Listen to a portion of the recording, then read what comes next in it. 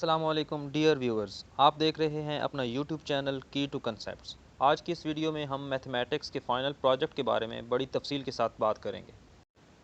ये video virtual university of Pakistan के students के लिए बनाई गई है।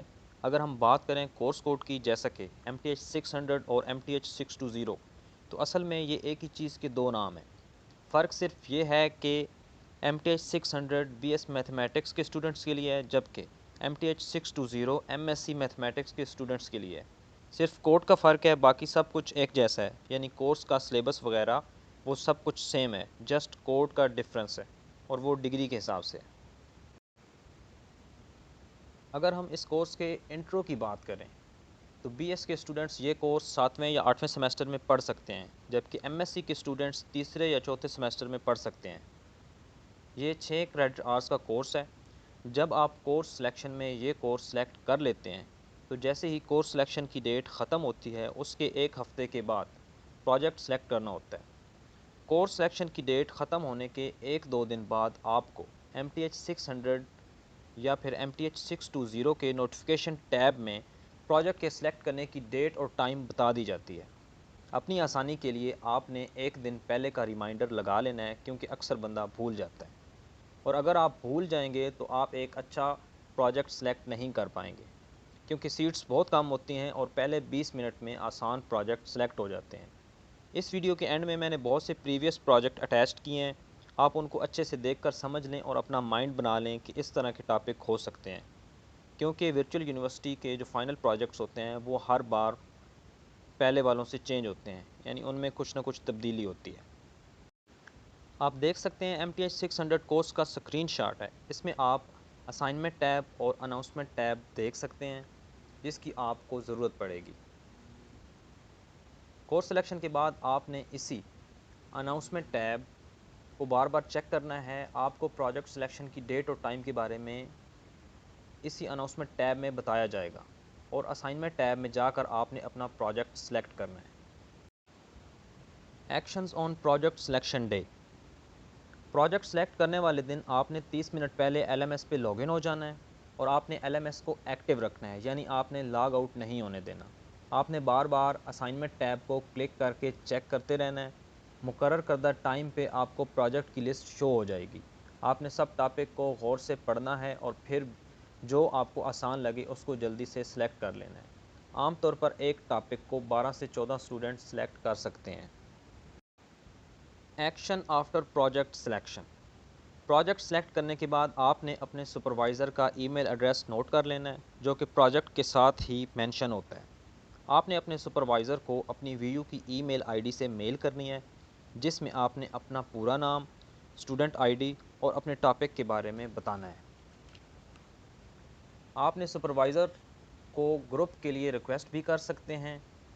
अगर आप 2-3 स्टूडेंट एक साथ रहते हैं या एक दूसरे को जानते हैं तो आप सब ने अपने सुपरवाइज़र को मेल करके बाकी स्टूडेंट्स के बारे में बताना है, यानी अपनी मेल के अंदर बाकी स्टूडेंट्स के नाम और आईडीज़ मेंशन करने हैं और बताना है कि हम एक ग्रुप में ऐड होना चाहते हैं। अदरवाइज़ सुपरवाइज़र अपनी मर्ज़ी का ग्रुप बना देते हैं। मेल करने के बाद आपने अपनी ईमेल और सब्जेक्ट की अनाउंसमेंट टैब को बार बार चेक करते रहना है, क्योंकि सुपरवाइज़र आपको आपके ग्रुप के बारे में अनाउंसमेंट टैब या ईमेल के ज़रिए कंफर्म करते हैं। आमतौर पर एक ग्रुप 6, 7 या फिर 8 स्टूडेंट्स का होता है। ये प्रोजेक्ट की टोटल सीट्स के हिसाब से होते हैं। जैसा कि आप देख सकते हैं, अगर टोटल सीट्स आपकी 12 थीं तो 6-6 के 2 ग्रुप बन जाएंगे, अगर 14 थी तो 7-7 के, इसी तरह अगर 16 थी तो 8-8 के 2 ग्रुप बन जाएंगे। प्रोजेक्ट सेलेक्ट करने के बाद आपने स्काइप और गूगल मीट की ऐप्स को प्ले स्टोर से इंस्टॉल कर लेना है, क्योंकि प्रोजेक्ट के बारे में सुपरवाइज़र के साथ जो भी आपकी चीज़ें होंगी वो इन्हीं दो ऐप्स की मदद से होंगी, तो इसलिए आपने अपने मोबाइल में ये दोनों ऐप्स इंस्टॉल कर लेनी है। Project work details.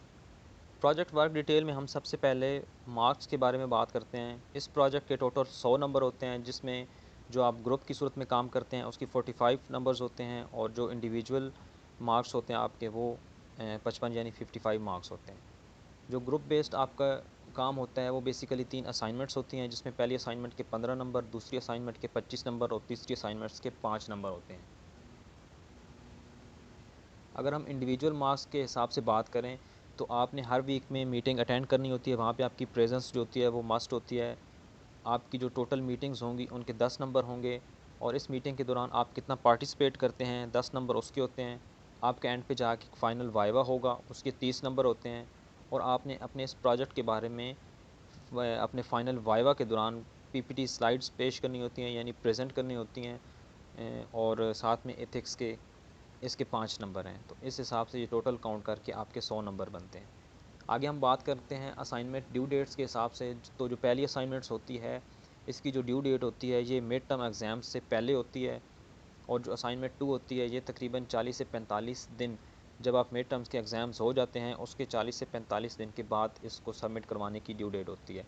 और जो असाइनमेंट 3 होती है, ये असाइनमेंट 2 जब जमा हो जाती है तो उसके 5 से 6 दिन के बाद जमा करवानी होती है।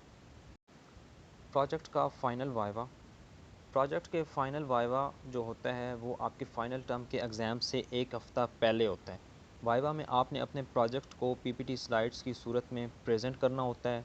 पीपीटी स्लाइड्स आपने ख़ुद बनानी होती हैं, और आपने असाइनमेंट नंबर 1 और असाइनमेंट नंबर 2 के अंदर से जो डाटा होता है उसको आपने कॉपी करना होता है और पीपीटीज़ बनानी होती हैं।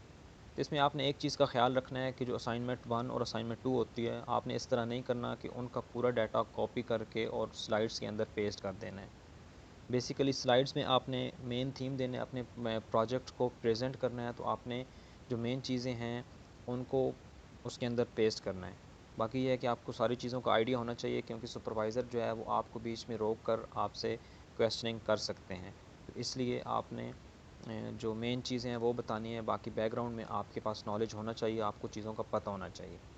उसके अलावा आपका जो फ़ाइनल वाइवा होगा उसमें आपकी जो वीयू की ईमेल आईडी होती है, आपको उससे लॉगिन होना पड़ता है। अगर आप दूसरी वाली आईडी से लॉगिन होते हैं तो आपके नंबर जो हैं वो कट सकते हैं। उसके बाद जैसा जब आपकी मीटिंग शुरू हो जाएगी तो सुपरवाइज़र जिस तरह आपको कहता है आपने उस हिसाब से अपनी जो प्रेजेंटेशन है वो स्टार्ट्स करनी है। क्योंकि जब आपका फ़ाइनल वाइवा हो रहा होता है तो इसमें जो वर्चुअल यूनिवर्सिटी के बाकी स्टाफ्स होते हैं उनमें से 1 या 2 बंदे जो होते हैं वो ऑडियंस के तौर पे मौजूद होते हैं। जैसे ही आप प्रेजेंटेशन अपनी मुकम्मल कर लेते हैं तो उसके बाद जो सुपरवाइज़र होता है वो नॉर्मल रूटीन में जब ग्रुप की सूरत में आपका वाइवा हो रहा होता है तो हार्डली वो 4 से 5 सवाल करते हैं आपसे। उसके बाद एक चीज़ ये है कि जो फ़ाइनल वाइवा जिस तरह हमारा हुआ था उसमें ये होता है कि जब तक आपको सुपरवाइज़र मेंशन नहीं करते, बोलते नहीं हैं, उस वक्त तक आप मीटिंग को लीव नहीं कर सकते, क्योंकि इसका भी बैड इम्पैक्ट पड़ता है और आपके नंबर कट सकते हैं। तो बाकी जो है फ़ाइनल वाइवा के हिसाब से जो कैंपस वाला ऑप्शन है वो सबसे बेस्ट है। आप मोबाइल पे भी दे सकते हैं, लेकिन इसमें मसला क्या आता है कि आपकी वो स्क्रीन शेयर नहीं हो रही होती या फिर आपकी वीडियो नहीं आ रही होती, तो इसलिए बेस्ट ऑप्शन जो है वो कैंपस वाला है। उसके लिए आप एक दिन पहले उनको इन्फॉर्म कर दें, जाके बता दें कि मेरा फ़ाइनल वाइवा है। या फिर ये है कि जिस दिन आपका वाइवा हो आप 2-3 घंटे पहले चले जाएँ, क्योंकि वहाँ पे जो होता है वो आपको अलग से लैपटॉप सेट करके देते हैं। आपकी उन्होंने जो वीजू वाली ईमेल आईडी होती है वहाँ से लॉगिन करवाना होता है, तो इसलिए आपने ये काम थोड़े एडवांस में करने होंगे। इसके बाद जो मेरा एक्सपीरियंस है उसके हिसाब से जो मैं आपको टिप देना चाहूँगा, जैसे ही आपके ग्रुप बन जाते हैं आपको सुपरवाइज़र आपका बता देता है कि इन बंदों का ग्रुप बना दिया है। और वो आपका सुपरवाइज़र जो होता है वो अक्सर ऐसे ही होता है कि स्काइप के ज़रिए जो होता है ना वो सारे स्टूडेंट्स जो ग्रुप वाले होते हैं उनको ऐड कर देते हैं। तो आपने वहाँ पे कम्युनिकेट करके व्हाट्सअप का एक ग्रुप बना लेना है। जब आपका व्हाट्सअप का ग्रुप बन जाएगा तो उसके बाद आपने जो आप 6-7 बंदे होंगे, आप लोगों ने अपने ग्रुप लीडर डिसाइड कर लेना है, किसी एक को बना देना है। वो किसी ऐसे को बनाना है जो मतलब आपको प्रोजेक्ट के बारे में फ़र्दर गाइड कर सके, आपको टास्क असाइन कर सके, तो उस हिसाब से उस बंदे को बनाना है। बाकी क्या करना है कि जो भी आपकी मीटिंग होगी उसके बाद आपको कुछ काम दिया जाएगा प्रोजेक्ट के बारे में, तो आपने जैसी मीटिंग ख़त्म होगी, सुपरवाइज़र अक्सर लीव कर जाते हैं, तो आप लोगों ने कनेक्टेड रहना है।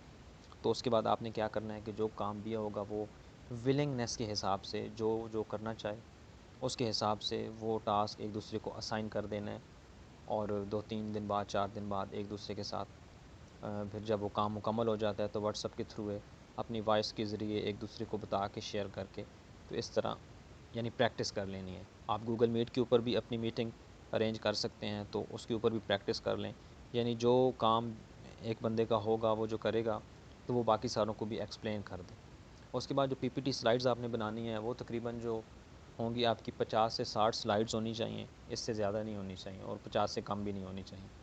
पीपीटी स्लाइड्स जो हैं वो जिस तरह मैंने बनाई थी वो कुछ इस तरह से होनी चाहिए आपने एक स्लाइड्स जो है वो अपनी मतलब ऑब्जेक्टिव बताना है कि इस प्रोजेक्ट जो आपने किया है इसका ऑब्जेक्टिव क्या था।